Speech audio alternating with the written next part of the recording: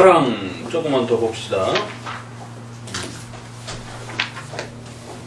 사실은 지금 우리 자매님하고 이렇게 했던 얘기가 요 파랑에 대한 31페이지 파랑에 대한 이야기가 조금 더 확대가 된 그 이야기들인데,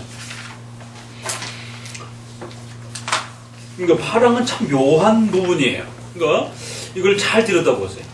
그러니까 옛적 하나님의 백성에게 히브리어로 기록된 성경, 기록될 당시에 또 여러 민족에게 알고 있었던 헬라어로 기록된 성경, 이런 것이 다 하나님의 직접적 영감에 의해서 되어진 거다.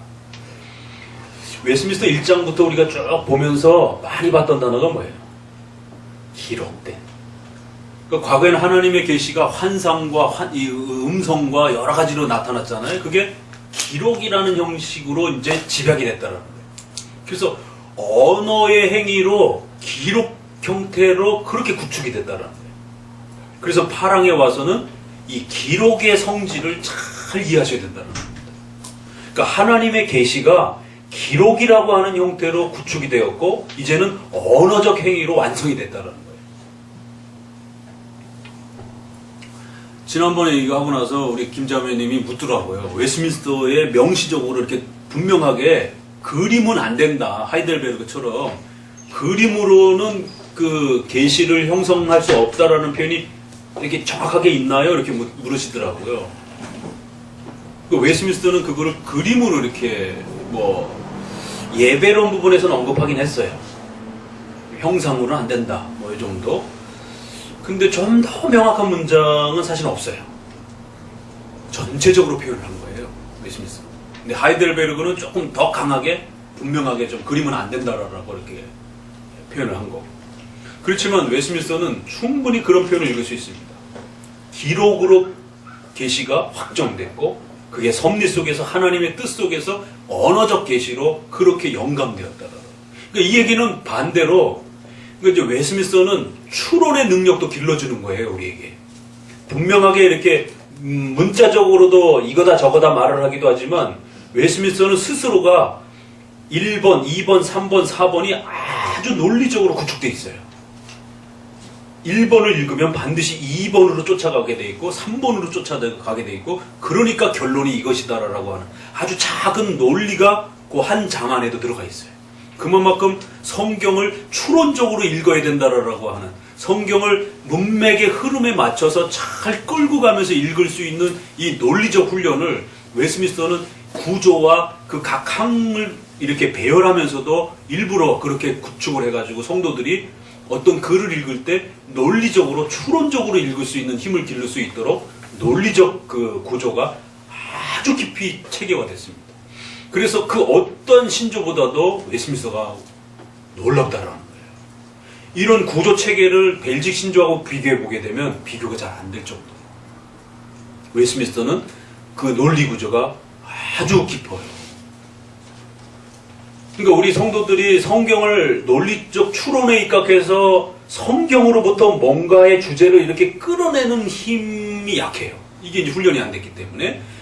그러다 보니까 성경의 이런 어떤 기본 원리를 우리의 삶의 다양한 부분에다가 전체적으로 성경으로부터 끌어내는 힘이 약하다 보니까 이 하나의 교리를 가지고 우리 삶 전체로 끌어내주는 힘도 약하는 거예요. 그러니까 단편적으로밖에 생각을 못하고 단편적으로밖에 적용을 안 하는 거예요. 그런데 성경의 한 문장은 우리 삶의 아주 더 깊은 부분들을 또 이렇게 적용해 갈 수 있는 그런 원리들도 굉장히 많아요. 이게 다 추론의 능력에서 배워야 되는데, 웨스민스터 파랑을 보게 되면 우리가 성경에 대해서 이렇게 성경은 하나님의 말씀이다 이렇게 끌어오면서 지금 성경 해석에 대해서 계속해서 이야기해 가다가 갑자기 파랑에서는 번역에 대한 문제를 언급하더니만 기록된 언어 계시, 이 기록된 언어 계시가 영감으로 그렇게 확정되었고, 그 확정된 언어 계시가 특별한 간섭과 섭리에 있어서 모든 시대에 어떤 성도들도 부족함이 없도록, 어떤 성도들도 직통 계시라든가 그림으로 하나님의 어떤 계시를 접해야 될 정도로 그렇게 부족하지 않도록 모든 시대에 순수하게 그렇게 언어적 계시가 완성됐고 보존됐다. 이 문장을 거꾸로 읽으면 직통 계시와 그림 계시가 필요 없다는 거예요. 그래서 기록이라고 하는 언어적 계시 행위에 대해서 아주 깊이 보게 됩니다. 그러니까 이거를 읽고 웨스민스터로 그림을 나타낸다? 그러니까 저는 부로 시작되는 그 출판사의 만화 시리즈와 처음에는 기독교 강요를 만화로 했다가 신구약 성경을 만화로 했다가 또 나중에는 조직 신학까지 또 만화로 하더라고요. 그래서 도대체 이분이 뭔 생각을 하고 있는 것인지. 웨스민스터도 만화로 또 하더라고요. 아니, 웨스민스터에서는 언어 계시로 하나님의 계시가 확정됐고 완성됐고 그게 모든 시대에 보존된다라고 말하고 더 이상 직통 계시와 어떤 그 구약적인 그런 가시적으로 나타나는 그런 계시가 중단됐다라고 얘기를 하는데 그 웨스민스터를 그런 가시적 형태로 이걸 어떻게 돌려낼 수가 있지? 그거는 좀 강하게 말해서 웨스민스터를 제대로 이해를 못하신 거예요. 그냥 웨스민스터를 피상적으로 읽은 겁니다. 이런 일이 벌어질 수가 있어요. 하물며 성도도 목회자도 그런데 성도는 더한 거죠. 그러니까 제가 저희 동료 목회자들한테 웨스민스터를 공부하셔야 됩니다. 그러나 독학해서는 안 됩니다. 독학해서는 그 수준을 업그레이드할 수 없습니다. 성도들도 마찬가지. 우리 성도들, 개혁교회를 찾는 성도들이 웨스민스터 모르는 성도가 어떻게 있습니까? 그런데 다 독학 스타일인 거예요. 적어도 웨스민스터를 장로교회의 개념을 따라서 이렇게 정말 처음부터 끝까지 한 번을 완성적으로 들어봤는가를 한번 들여다보세요. 이걸 잘 살피셔야 됩니다.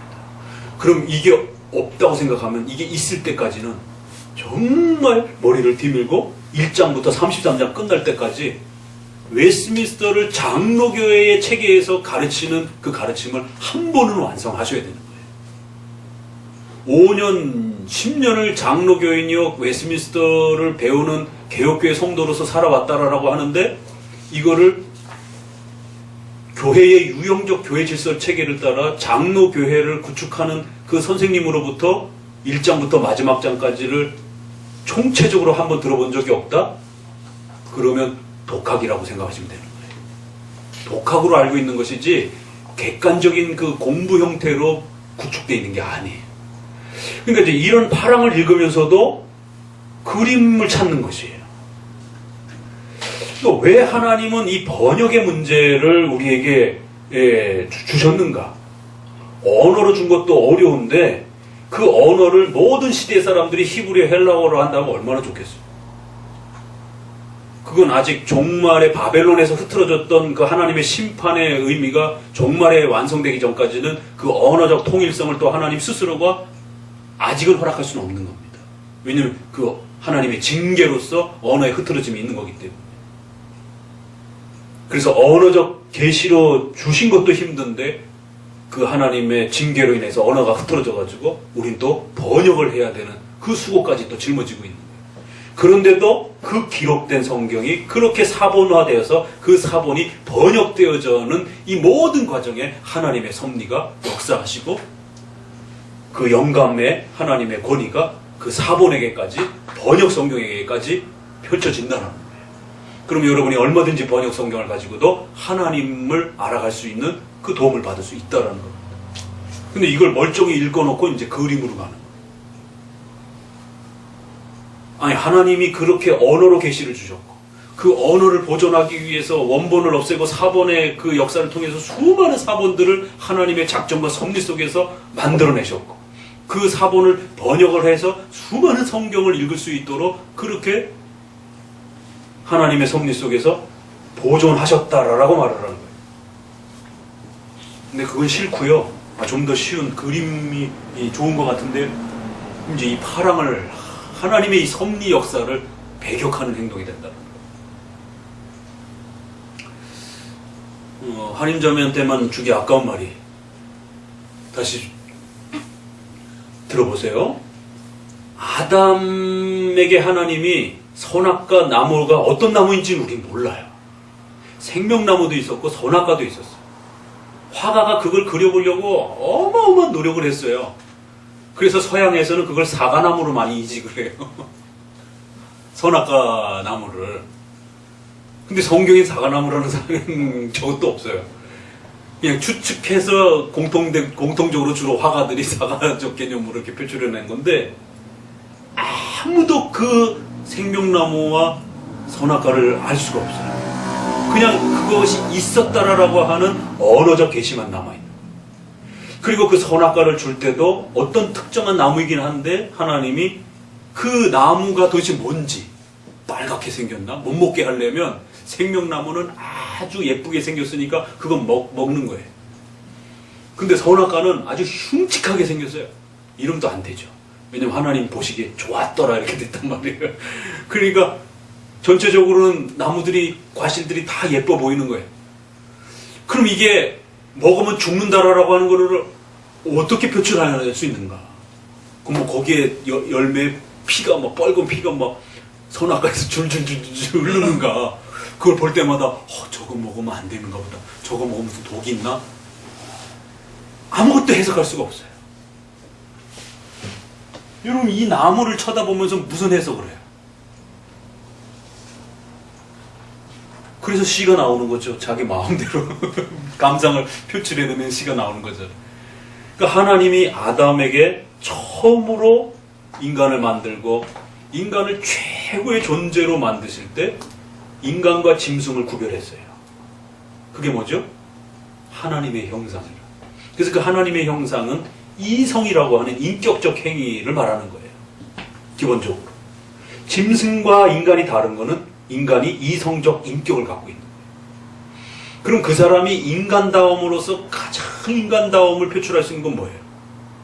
언어입니다. 그래서 하나님은 아담에게 언어를 주신 것이. 그래서 최고의 존재로 만들. 그러니까 하나님의 형상이라고 하는 최고의 가치는 이렇게 추론을 하게 되면 인간이 언어적 행위를 한다는 거예요. 그러면 그렇게 말하고 표현하고 이런 건 어디서 온 거예요? 하나님이 하나님 형상으로 만들어준 거예요. 하나님, 작은 아드님, 하나님에게 입이 있어요? 응? 입 있어 없어 하나님? 하나님 봤어? 하나님 입이 어떻게 생겼어? 있던 만큼 생겼어? 하나님 영이신데 입이 있어 없어? 자, 하나님은 영이셔서 볼 수가 없어요. 그럼 입이 있어 없어? 없다고 얘기를 해야지. 그러면 하나님 말해 못해? 입이 없는데 어떻게 말을 해? 이게 이제 우리가 성경을 읽다 보면 당황하는 장면들이에요.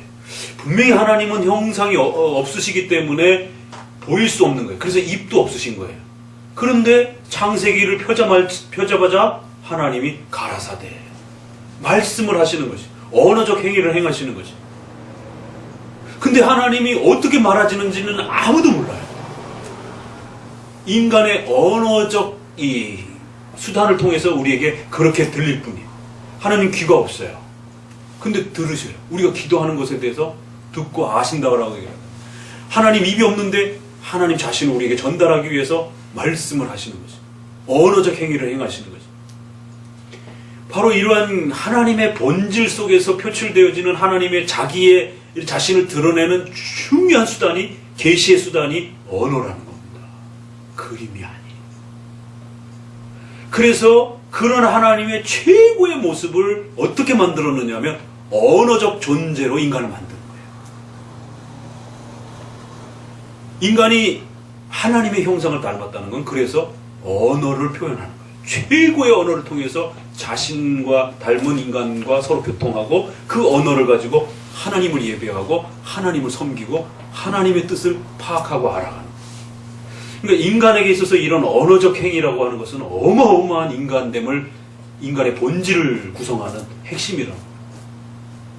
그래서 하나님이 그 언어적 계시가 완성되기 전까지는 눈에 보이는 가시적인 현상을 보이고 모세의 떨기나무에서 나타나시기도 하시고 여러 가지 그런 감각적인 어떤 형태로 잠깐은 사용하셨지만 그거보다 더 훌륭하고 최고의 인간을 인간다움으로 완성해 주셨던 바로 그 하나님의 형상의 최고봉인 언어로서 인간에게 계시를 완성해 준 겁니다.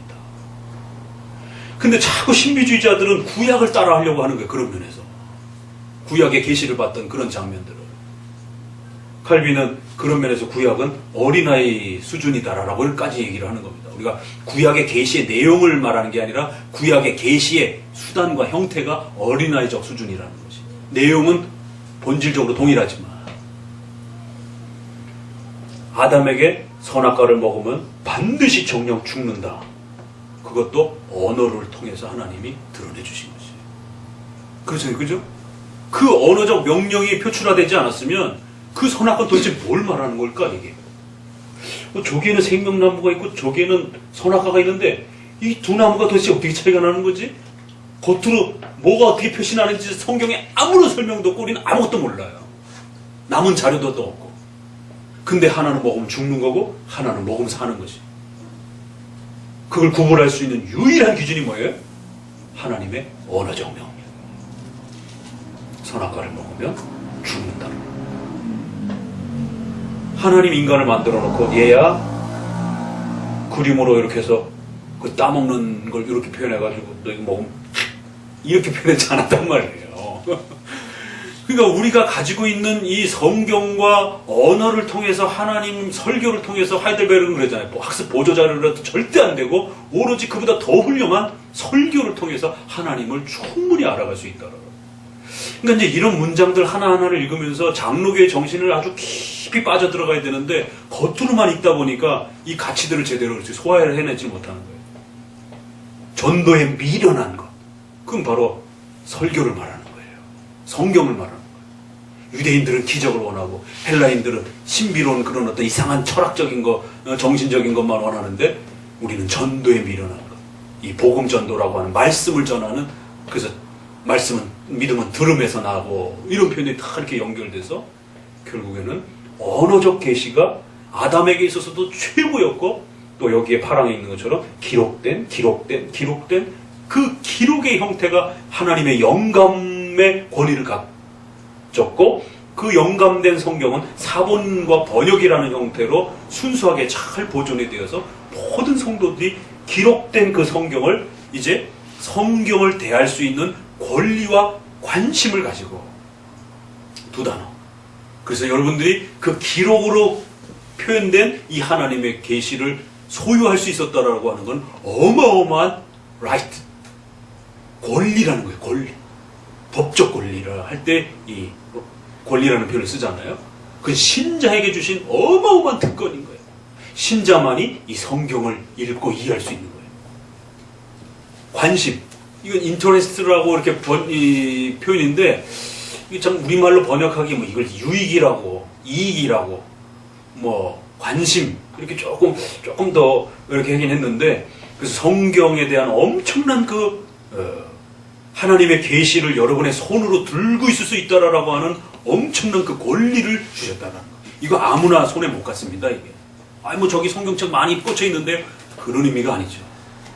이걸 먹을 수 있는 그 권리, 성경을 먹고 이해할 수 있는 이 권리, 거기서 나오는 이제 성경으로부터 나오는 유익과 이익과 그 열정, 관심, 행복, 인터레스트는 그렇게 다 번역이 돼요. 그래서 그 권리와 유익을 가지고 이제 여러분은 어떻게 된다고요? 열심히 그림을 봐라? 아니잖아요. 그죠? 성경을 읽으며 연구하도록 명령을 받으셨더라. 그러니까 이 한 문장이 어마어마한 그 가치를 드러내는 거예요. 성경을 읽도록 하나님이 주신 것이지 그림을 쳐다보도록 준 게 아니다라는 겁니다. 그래서 그러한 권리와 책임과 그 유익을 모두 다 가진 우리 성도로서 이제 여러분은 어떻게 하면 된다고요? 열심히 성경을 부지런히 연구하면서 읽어가기만 하면 된다는 거예요. 그러면 뒷부분에 어마어마한 이런 하나님, 보이지 않는 하나님을 영접하고 만날 수 있는 예배의 역사가 일어나고 우리 삶 속에 하나님의 도우심을 받을 수 있는 실제적인 그런 하나님의 뜻을 분별하면서 살아갈 수 있는 이런 혜택들이 주어진다. 그래서 저는 뒷부분도 9장도 멋있지만 성경 해석은 성경 그 자체로 한다라고 하는 이 표현에도 상당히 멋있는 말의 내용이 담겨 있지만 이 파랑은 형식적인 면에 있어서 성경이 얼마나 우리에게 소중한 거에 대해서 또 성경을 설교로서 듣는 것에 대해서 음성으로서 듣는 것에 얼마나 가치 있는 것인지에 대해서 이 파랑이 정말 멋있게 표현해놨어요. 기록이라고 하는 부분을 역부로 그렇게 강조하면서 그것이 우리의 모든 시대까지 순수하게 그렇게 보존되어서 그 누구도 불안해하지 않도록 얼마든지 성도들이 손을 뻗쳐서 성경을 읽을 수 있도록 그렇게 혜택을 마련해 주셨다는 거예요. 그래서 그런 권리와 유익을 가질 수 있는 그런 혜택을 하나님이 여러분에게 주셨다. 그러니까 이제는 열심히 그 번역해야 하고 또 번역되어진 거를 열심히 최선을 다해서 연구하면서 읽으시면 된다는 거예요. 여기 읽어야 된다라고 돼 있지 봐야 된다라고 돼 있지 않아요. 그러니까 아담에게 주신 그런 최고의 언어적 계시, 그 언어적 계시가 오늘 우리에게 이렇게 성경이라고 하는 계시록까지 완성이 돼서 하나님의 모든 뜻이 아담에게는 그 하나만 던져졌지만 우리에게는 신구약 전체가 어마어마한 내용이 기록 계시로서 우리에게 이렇게 보물로서 이렇게 탁 던져져 있다라는 것이. 그러니까 이러한 하나님의 그 은혜를 전달해주기 위한 하나님의 어마어마한 계획이 결국 창조로부터 지금까지 거대한 하나님의 간섭하심과 역사심 속에서 만들어진 것이다. 근데 이걸 느닷없이 집어 던지면서 그림도 좀 더 쉬운 그림으로 해달라라라고. 하나님의 이 어마어마한 역사와 신구약 전체 역사를 한 발로 걷어차는 이 행동이 되는 겁니다. 선악과를 따먹음으로 인해서 원죄와 전적 부패의 그 참혹함이 정죄가 인간에게 쏟아졌어요. 여러분이 미켈란젤로라도 그걸 그려낼 수 있을 것 같아요. 이신칭의를 어떻게 그려낼 거예요? 아까도 그 얘기했지만 십자가에 예수님 못 박혀 있고 그 밑에서 이렇게 쳐다보면서 얼굴이 시커먼 얼굴이 갑자기 환해졌어요. 뭐 그렇게 그 정도 그릴 수 있으려나? 그게 이신칭의에 그러면? 갑자기 햇빛이 비쳤나? 어떤 사람도 그렇게 볼 수도 있는 거고. 도대체 그 얼굴이 환해진 게 도대체 뭔가? 해석이 달라질 수 있는 거잖아요. 그걸 보고 어떻게 이신칭이 전가가 되고 주입이 된 게 아니고 전가가 된 거고 그 그리스도의 의로 다시 또 우리가 의롭게 되어졌다라고. 이걸 언어적 계시가 아니고서는 이걸 그림으로 표현할 수가 없는 겁니다. 이거 성극으로 갖고 와가지고 괜히 어설피 흉내내다가 성경의 중요한 내용 다 망치는 거예요. 이런 걸 영화로도 표출할 수가 없는 겁니다. 그러니까 멜 깁슨이 나름대로 전도를 위해서 패션 오브 크라이스트라고 하는 그걸 이렇게 나름대로 만들어가지고 이렇게 해보려고 했지만 성경의 이런 가치들을 훼손시키는 행동이 되는 거예요. 오히려 거꾸로.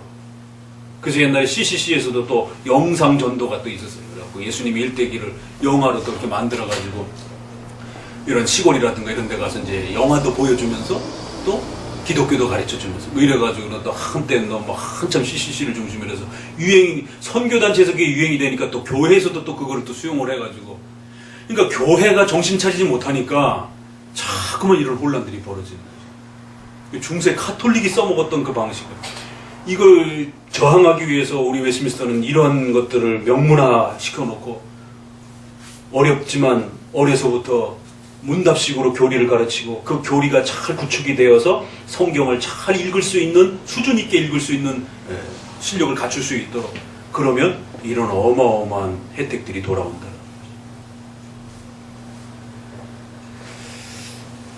그래서 저는 그 김자매님의 그 글을 보고 또 제가 은혜를 받았어요. 참 잘 그 피드백을 했어요. 그래서 선악과에 제가 한 말이지만 또 성도가 그걸 잘 또 자기 안에 울거내서 또 이렇게 표현하면서 인간을 아주 참 그렇게 수준 낮은 상태로 그렇게 참 유치하게 이렇게 끌어내리는 듯한, 그래서 아이들에게 마치 그림으로 가르쳐지면 하나님이 더 잘 가르치는 것처럼 이렇게 착각하는 이런 인간의 수준 낮음에 대해서 우리가 아주 잘 이렇게, 여러분들이 설교를 듣고 성경 공부하고 그러면 그 감동이 막 사라지기 전에 집에 가서 열심히 또 이렇게 좀 적어 놓으시고 그거 나중에 이렇게 한번 쭉 이렇게 보셔요. 그러면 자기 스스로도 또 감동이라는 것도 이렇게 또 금방 또 사라지기도 하고 또 이러기 때문에 그걸 또 글로다 또 잘 간직해 놓은. 그래서 인간은 언어적 행위를 끊임없이 해야 되는 것이. 오늘은 8장 부분을 좀 더 보강하면서 여러분들에게 언어적 계시로서의 이 훌륭함과 이 복됨을 결코 다른 방식으로 훼손하지 마시고 끝까지 우리 장로교도들은 교리문답 중심으로 설교 중심으로 하나님의 계시를 전달하고 터득하고 얼마든지 하나님과 동행하고 하나님의 뜻을 분별할 수 있는 이 충만함들을 얼마든지 누릴 수 있다는 거예요. 그래서 이제 그 다음 9장이 그러니까 잘 해석하라는 거예요. 그러면 이렇게 엄청난 보물을 우리가 잘 해석하기 위해서는 어떻게 해야 되느냐? 성경은 성경 그 자체로 해석해야 된다라고 하는 이제 해석의 결론이 이제 완성이 되는 겁니다. 기도합니다. 하나님 감사.